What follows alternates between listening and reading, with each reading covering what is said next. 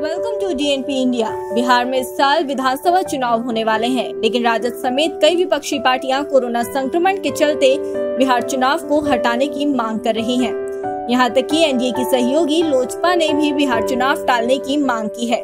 कुमार को कितना नुकसान उठाना पड़ सकता है? एक रिपोर्ट के मुताबिक बिहार में चुनाव टलने पर वहां चुनाव नहीं होने तक राष्ट्रपति शासन लग जाएगा। ऐसे में जब नीतीश सरकार से बाहर होंगे तो बीजेपी को समय मिल जाएगा कि वह अपने प्रभावी नेता की तलाश कर सके और अपने आप को एक मजबूत स्थिति में खड़ा कर सके। नीतीश इस बात से भली भांति वाकिफ हैं और इसीलिए वे नहीं चाहते कि बिहार विधानसभा चुनाव टले। इसके अलावा नीतीश कुमार की सरकार कोरोना और बाढ़ के मुद्दों पर भी अभी घिरी हुई है।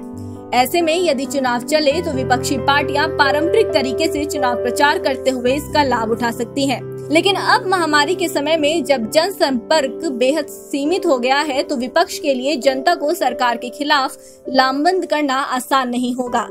यह भी एक वजह है कि चुनाव समय पर हो तो नीतीश के लिए फायदेमंद है। वहीं खबर है कि सोमवार को पूर्व मंत्री श्याम रजक राजद में शामिल हो गए हैं। तेजस्वी यादव ने उन्हें पार्टी की सदस्यता ग्रहण करवाई है। इससे पहले श्याम रजक विधानसभा स्पीकर को अपना इस्तीफा सौंपने के बाद राबड़ी देवी के आवास पहुंचे थे। वहीं पर राजद की सदस्यता ग्रहण की गई। श्याम रजक के छोड़ने पर लोजपा ने ट्वीट कर कहा है कि उनका जेडीयू छोड़ना दुर्भाग्यपूर्ण है। बिहार के अगर चुनाव की बात करें तो चुनाव की तैयारियां जोरों शोरों पर चल रही हैं, लेकिन इसी बीच कई दल वर्चुअल रैली के विरोध में उतरकर सामने आए हैं। और चौंकाने वाली बात तो ये है कि इन दलों में एनडीए के घटक दल भी शामिल हैं। जिन दल ने वर्चुअल रैली का विरोध किया है उनमें राष्ट्रीय जनता दल, लोक जनशक्ति पार्टी और CPI शामिल है। इन दोनों ने निर्वाचन आयोग में बिहार चुनाव को लेकर अपना जवाब दाखिल करते हुए विधानसभा चुनाव में प्रचार के लिए वर्चुअल रैली का विरोध किया है।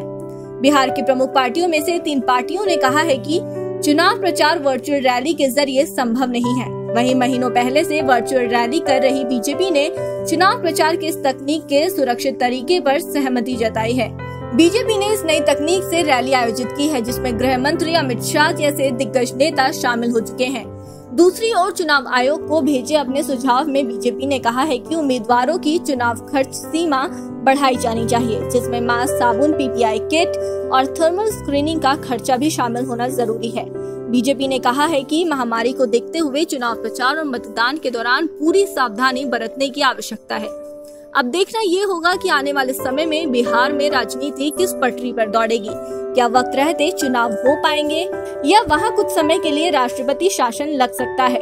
वहीं दूसरी ओर बिहार में आई बाढ़ स्थिति से बिहारवासी बेहद परेशान हैं। इस परेशानी की घड़ी में उनकी जो भी मदद करेगा, हो सकता है इस बार उसका पलड़ा भारी हो जाए। अभी तक की जानकारी यहीं तक। DNP इंडिया पर देखते रहिए नई वीडियोस और ताज़ा खबरें सटीक जानकारी के साथ। चैनल से जुड़े रहने के लिए सब्सक्राइब करें और हमारे Facebook पेज को भी लाइक करें। नमस्कार।